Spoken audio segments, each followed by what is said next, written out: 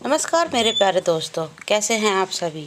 दोस्तों, आज फिर मैं एक नई कहानी लेकर आई हूँ जिसका टाइटल है एक खौफनाक हत्यारी डायन।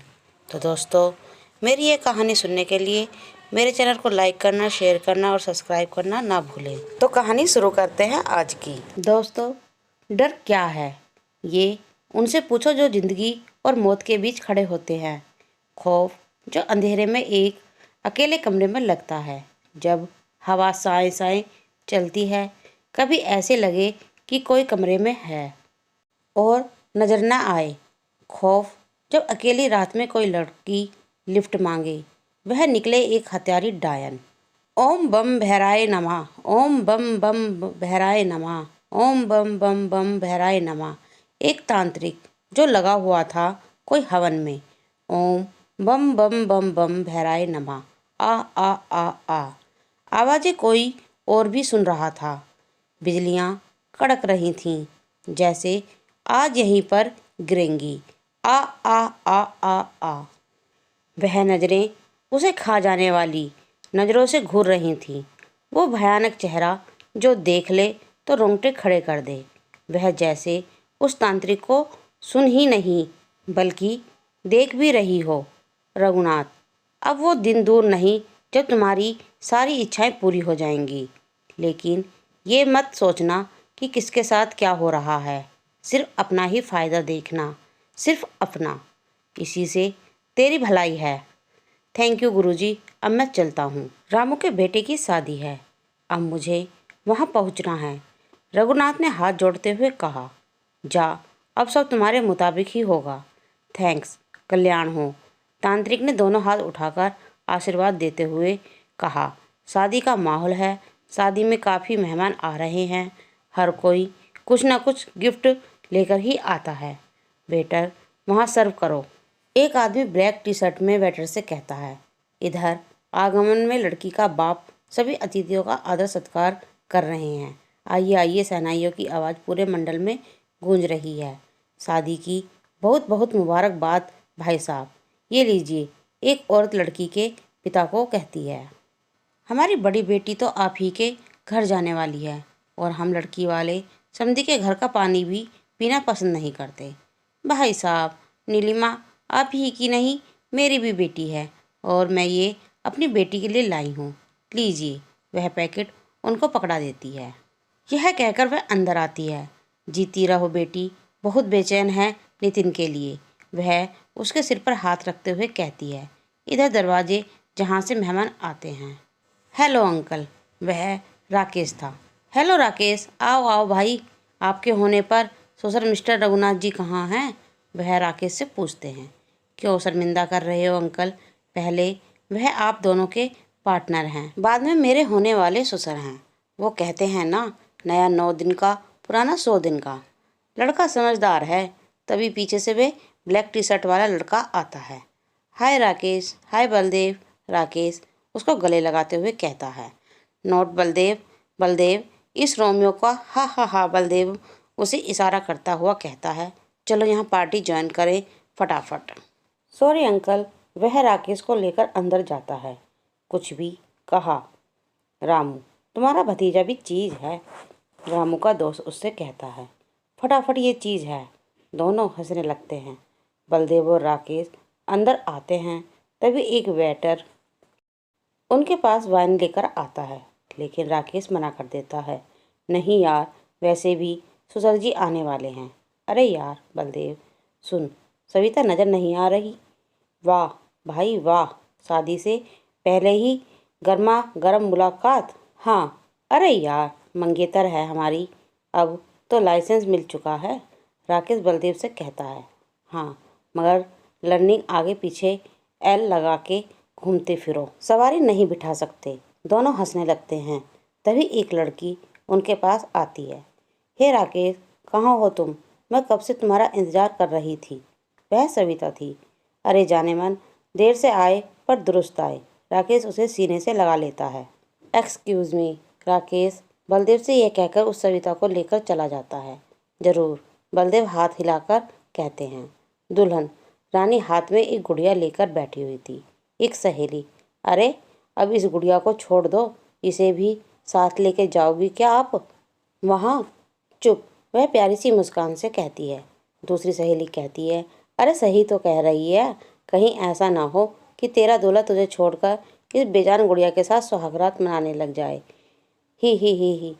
एक कहती है, नहीं, वो एक के साथ नहीं, दोनों के साथ मनाएंगे।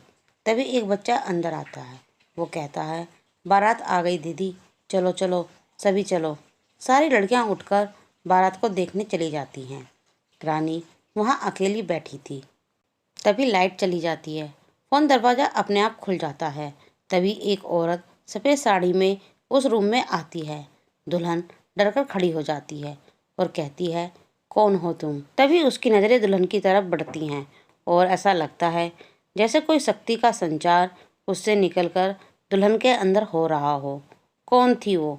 अरे क्या होने वाला था? अब उस शादी में खौफ अभी शुरू हुआ है। दो ब्लैक जोड़ी जूते चलते हुए अंदर दबे पाँव आते हैं और सीधा रामू के कंधे पर हाथ रखते हैं।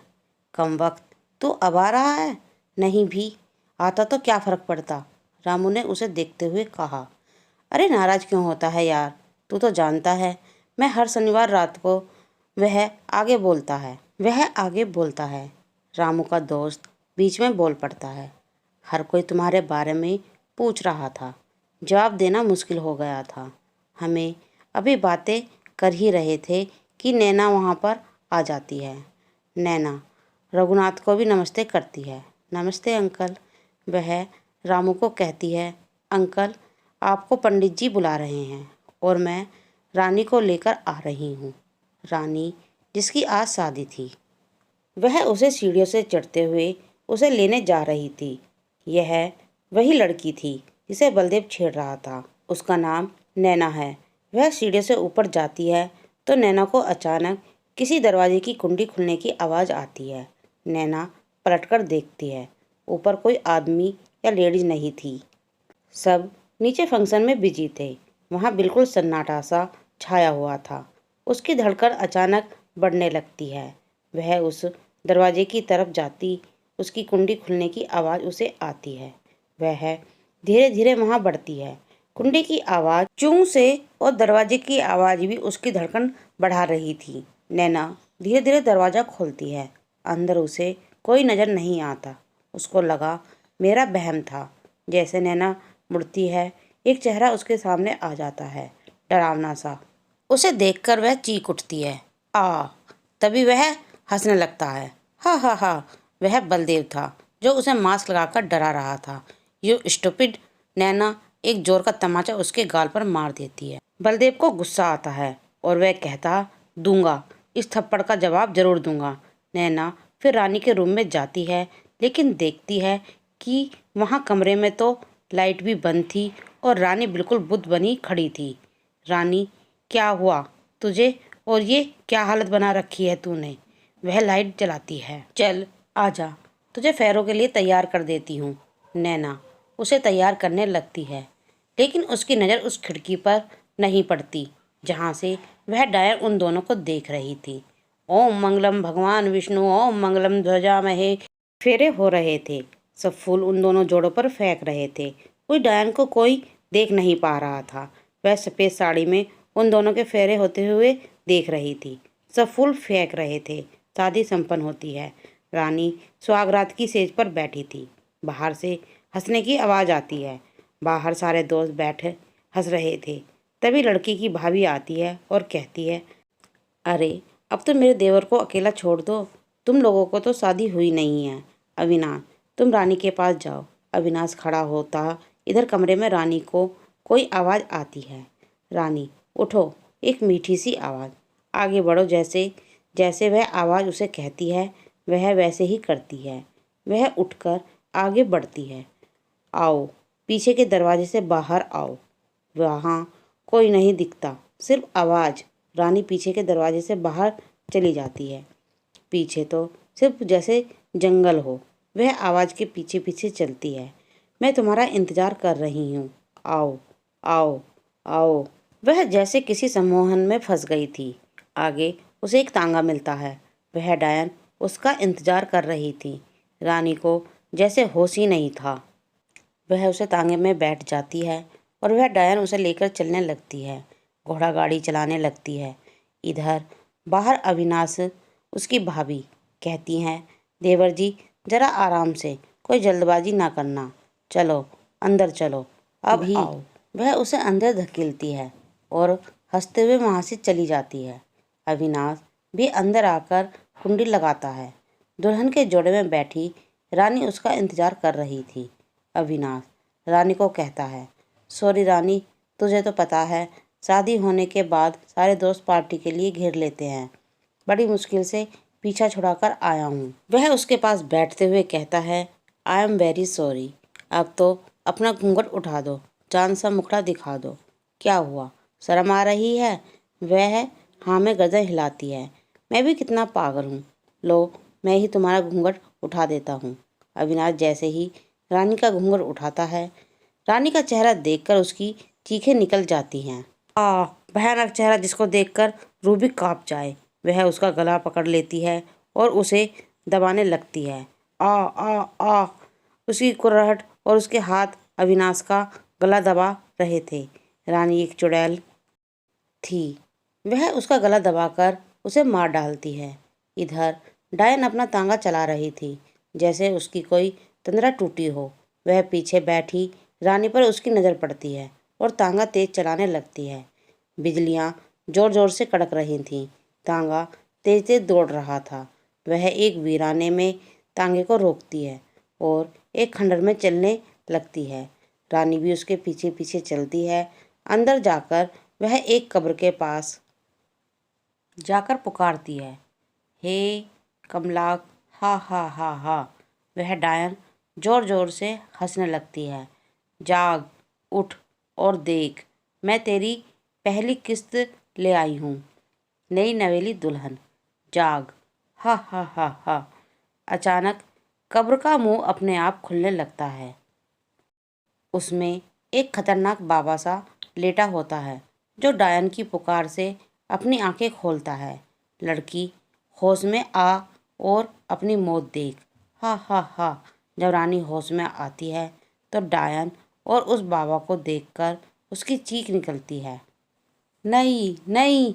अचानक पेड़ से कुछ झाड़ियाँ रानी को पकड़ लेती हैं। नहीं नहीं। रानी चीख मार रही थी, मगर पेड़ की लताएं उसे पूरी तरह जकड़कर ऊपर हवा में उड़ाने लगी। डायन का हंसना पूरी दिशाओं में फैल रहा था। हा हा हा। इधर रानी भी चीख रही थी। पेड़ ने उसे बिल्कुल कसकर ऊपर उस कब्र के ऊपर ले आया था और उस डायन ने एक खंजर निकाला और उसके सीने के पार कर दिया और रानी के अंदर से खून के फवारे निकलकर उस बाबा के मुंह में पड़ रहे थे। थोड़ी देर बाद कब्र अपने आप बंद हो जाती है और रानी वही टंगी हुई अपना दम तोड़ देती है और डायन की हंसी के आगे बादल भी गरजने लगते हैं। उसका चेहरा एक बहुत भयानक रूप ले लेता है। तो दोस्तों, मेरा इस कहानी का पार्ट 1 यहीं समाप्त होता है। इस कहानी का पार्ट 2 सुनने के लिए कल तक इंतज़ार करना होगा। तो दोस्तों, आपको ये कहानी कैसी लगी कमेंट में लिखकर ज़रूर बताएं।